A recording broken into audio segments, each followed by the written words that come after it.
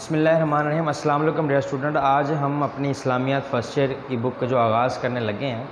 اور اس کا جو پہلا باب ہے ہمارے پاس، پہلا چیپٹر ہے جس کا ٹائٹل نیم ہے بنیادی عقائد۔ بنیادی عقائد میں توحید ہے، رسالت ہے۔ تو ہم پہلے عقیدے کو دیکھتے ہیں کہ عقیدہ کس کو کہتے ہیں۔ لفظ عقیدہ عقد سے نکلا ہے۔ عقد کا مطلب ہوتا ہے گرہ لگانا، باندھنا، یعنی جب انسان کسی عقیدے سے جڑ جاتا ہے تو اس کے اعمال، اس کی نظریات، اس کی سوچ، اس کے روزمرہ کے معمولات اس عقیدے کے ساتھ جڑ جاتے ہیں، یعنی اس عقیدے کا جو ہے اس کی زندگی پر بڑا گہرا اثر ہوتا ہے۔ یعنی ان شارٹ انسان کے پختہ اور اٹل نظریات کو عقائد کہا جاتا ہے، یعنی وہ نظریات جو اٹل ہوں، جن کا تبدیل ہونا مشکل ہو، یہ نظریات جو ہیں وہ عقائد کہلاتے ہیں۔ ظاہر ہے انسان جس قسم کا نظریہ اور عقیدہ رکھتا ہے، اس کی زندگی کے امور جو ہیں وہ اسی عقائد کے جو ہیں وہ زیر اثر ہوتے ہیں۔ اس کا ہر کام انہی نظریات کا عکس ہوتا ہے، یعنی جس قسم کی وہ سوچ رکھتا ہے اس کے اعمال میں سے اسی سوچ اور اسی نظریے کی جو ہے وہ روح جھلکتی نظر آتی ہے۔ یہ عقائد انسان کے دل و دماغ پر حکمرانی کرتے ہیں، یعنی انسان جو ہے وہ دل و جان سے جو ہے وہ ان عقائد کو مانتا ہے اور اپنی زندگی تک جو ہے وہ ان عقائد پر قربان کرنے کے لیے تیار ہو جاتا ہے۔ یہی اس کے اعمال کا محرک ہوتے ہیں، یعنی اس کے اچھے یا برے اعمال کا جو دار و مدار ہے وہ اس کے عقیدے پر ہوتا ہے۔ مزید آپ اس کو اچھے طریقے سے دیکھیں گے، قرآن پاک میں اللہ تعالیٰ نے عقیدے کے بارے میں کہا کہ لیکن بڑی نیکی تو یہ ہے کہ جو کوئی ایمان لائے اللہ پر، قیامت پر، فرشتوں پر اور اللہ تعالیٰ کی بھیجی ہوئی کتابوں پر۔ ہمارا پہلا جو اس کا ٹاپک ہے وہ ہے توحید۔ توحید کا مطلب ہے یکتا، ایک ہونا، ایک جاننا، یعنی اللہ کو ایک ماننا۔ وہ عقیدہ یعنی اس کی توحید کو جو میں مختصر سا آپ کے سامنے بیان کرتا ہوں جو قرآن پاک میں توحید کے بارے میں آیا کہ قل اے نبی کہہ دیجیے اللہ احد، تمہارا رب ایک ہے، اللہ الصمد، وہ بے نیاز ہے، لم یلد ولم یولد، نہ وہ اس کی کوئی اولاد ہے نہ وہ کسی کی اولاد ہے، ولم یکن لہ کفوا احد، اس کا ہمسر کوئی نہیں۔ اللہ حی قیوم ہے، وہ ہمیشہ سے ہے، ہمیشہ رہے گا، اسے نہ کسی نے بنایا اور وہ نہ کبھی اس کا جو ہے وہ ازل سے ہے، ابد تک رہے گا۔ وہ پوری کائنات کا مالک ہے، پوری کائنات کا خالق ہے اور پوری کائنات جو ہے وہ اس کے تابع ہے۔ اسی نے ساری کائنات کو بنایا اور بلا شبہ وہی اس کائنات کو ایک دن کیا کر دے گا، ختم کر دے گا۔ تو توحید کا جو اصل مفہوم ہے وہ یہی ہے کہ اللہ پاک کو ایک جاننا، اسے خالق جاننا، اسے مالک جاننا، یعنی اس کو ایک ماننا، یکتا جاننا۔ اور دین کی اصطلاح میں یعنی یہ ماننا کہ برتر و اعلیٰ ذات، ساری کائنات کی خالق ذات، مالک و ہستی واحد اللہ تعالیٰ کی ذات ہے، اس کے علاوہ اور کوئی نہیں۔ حضرت آدم علیہ السلام سے لے کر حضرت محمد صلی اللہ علیہ وآلہ وسلم تک جتنے بھی انبیاء کرام دنیا میں آئے، ان تمام نے توحید کی تبلیغ کی اور انہوں نے دنیا کو بتایا کہ تمام کائنات اور اس کی موجود تمام اشیاء جو ہیں وہ اللہ تعالیٰ ہی کی مخلوق ہے، ان سب کا خالق کیا ہے؟ اللہ ہے۔ اسی لیے چونکہ تمام مخلوقات کا خالق اور مالک اللہ کی ذات ہے تو عبادت کے لائق ذات بھی وہی ہے، الہ بھی صرف اللہ تعالیٰ ہے۔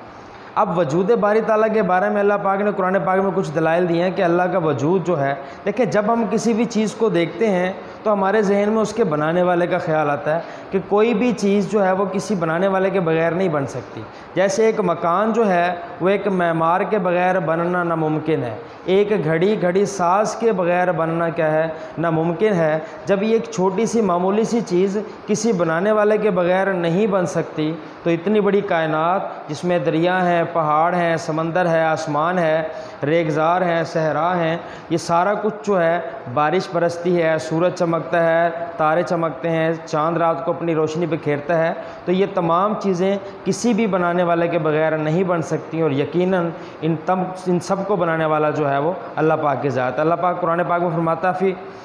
افی اللہ شک، کیا تم شک کرتے ہو فاطر السماوات والارض، اس رب پر جس نے تمام کائنات کو کیا کیا، بنایا۔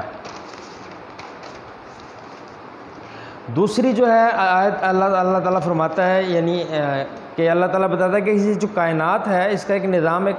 مربوط انداز میں چل رہا ہے، ٹھیک ہے۔ دیکھیں جب کوئی کسی بھی سسٹم کو کوئی چلایا جاتا ہے تو اس کے لیے ایک پلان کی، ایک سسٹمیٹک پلاننگ کے ساتھ ساتھ اس کو چلانے والے کی بھی ضرورت ہوتی ہے جو اس کو ایک اس پلان کو جو ہے وہ درست انداز میں اس کو چلا سکے۔ تو اللہ فرماتا ہے کہ الذی، وہی تو ہے، خلق السبع سماوات طباقا، جس نے 7 آسمان پے در پے بنائے، ما تری فی خلق الرحمن من تفاوت، تو کیا تجھے رب کی، تیرے رحمان کی صنعت کاریگری میں کوئی عیب نظر آیا؟ اللہ کہتا ہے فرجع البصر، اپنی نظر دوڑا، حل تری من فطور، اور تو تجھے کوئی عیب نظر نہیں آئے گا۔ یعنی اللہ تعالیٰ کی بنائی ہوئی تخلیقات کو، آسمان کو، زمین کو، پہاڑوں کو، صحراؤں کو، سمندروں کو، اللہ کہتا ہے دیکھ، تجھے رب، حل تری من فطور، کیا تجھے رب کی تخلیق میں کوئی کمی، کوئی کجی، کوئی عیب نظر آیا؟ ثم ارجع البصر بصرا کرۃ ینقلب الیک البصر خاسئا وهو حسیر، تو اپنی نظر آسمان کی طرف اٹھا اور بار بار اٹھا، لیکن جب بھی تو اٹھائے گا یہ نظر واپس حسیر ہو کر، یعنی تھک کر تیرے پاس آئے گی، اور تجھے رب کی جو تخلیق ہے اس میں کوئی عیب نظر نہیں آئے گا۔ اس کے علاوہ دوسری ایک اور دلیل اللہ تعالیٰ دیتا، اللہ کہتا ہے کہ نہ ہی آفتاب کی مجال ہے، نہ ہی سورج کی مجال ہے کہ چاند کو جا پکڑے، نہ ہی رات دن سے پہلے آ سکتی ہے، یہ سب ایک دائرے میں تیر رہے ہیں۔ سورہ یاسین آیت نمبر 40 میں اللہ پاک فرماتا ہے، یعنی اللہ تعالیٰ یہ بات کر رہا ہے کہ سورج اپنے وقت پر نکلتا ہے، وقت پر غروب ہوتا ہے، چاند اپنے وقت پر نمودار ہوتا ہے اور اپنے وقت پر گم ہو جاتا ہے، نہ ہی دن رات سے پہلے آ سکتا ہے اور نہ ہی رات دن سے پہلے آ سکتی ہے، ہر چیز جو ہے ایک مقررہ وقت اور ایک ٹائم ٹیبل کے مطابق ہو رہی ہے۔ یعنی اتنا خاص جو نظام، ایک مربوط نظام جو ہے، یقیناً وہ کسی بھی بنانے والے اور اس نظام کو چلانے والے کے بغیر اس کا چلنا کیا ہے، ناممکن ہے۔ تو اللہ تعالیٰ کہتا ہے کہ ہم نے ہر چیز کو ایک خاص انداز سے پیدا کیا، جو بھی چیز ہے ایک خاص انداز، ایک خاص ترتیب سے پیدا ہوئی ہے، اور وہی خاص انداز اور خاص ترتیب ازل سے لے کر آج تک چل رہا ہے اور وہ چلتا رہے گا۔ ایک اور مقام پہ اللہ فرماتا ہے کہ بے شک آسمانوں اور زمین کی پیدائش اور رات دن کے عدل بدل میں اہل عقل کے لیے نشانیاں ہیں۔ یعنی ہم دیکھتے ہیں کہ دن رات، سورج، چاند اور زمین آسمان کے نظام، نظم و ضبط، یہ ایسے نہیں ہے، یقیناً ان سب کو بنانے والا اور پھر اس تمام نظام کو چلانے والی ذات کوئی نہ کوئی ہے۔ تو جب ہم ان تمام چیزوں کو دیکھتے ہیں تو یقیناً ہمارا دماغ جو ہے اس طرف ضرور جاتا ہے کہ آیا کہ ان سب چیزوں کو بنایا ہے کسی نے، اور وہ بنا کر اس کو چلا کون رہا ہے، چلا کیسے رہا ہے؟ تو اللہ تعالیٰ کہتا ہے کہ یقیناً ان تمام چیزوں کا خالق اور اس نظام کو چلانے والی ذات جو ہے وہ اللہ کی۔ اللہ کہتا ہے ہم خلقوا من غیر شیء، کیا یہ لوگ بغیر کسی کے پیدا کیے پیدا ہو گئے؟ ام ہم الخالقون، یہ اپنے خالق خود ہیں۔ اللہ کہتا ہے کہ کیا یہ خود ان کو بغیر کسی کے، یہ کسی کے بنائے بغیر خود بخود پیدا ہو گئے، یا ان کو کسی، یا یہ خود اپنے خالق ہیں، کیا انہوں نے خود کو پیدا کیا؟ اللہ کہتا ہے اللہ کہتا ہے ام خلق السماوات والارض، یا انہوں نے زمین اور آسمان کو پیدا کیا؟ اللہ کہتا ہے بل لا یوقنون، اصل میں یہ عقل نہیں رکھتے، نہ یہ خود پیدا ہوئے ہیں نہ ہی انہوں نے کسی چیز کو پیدا کیا ہے، ان سب چیزوں کو پیدا کرنے والے ذات اللہ تعالیٰ کہتا ہے تمہارے رب کی ہے، اور یقیناً تم اس پہ جو ہے یہ لوگ جو ہیں عقل نہیں رکھتے۔ تو ڈیئر اسٹوڈنٹس، قرآن پاک میں جتنی بھی یہ آیات یہاں تک موجود ہیں آپ کے سامنے، پیج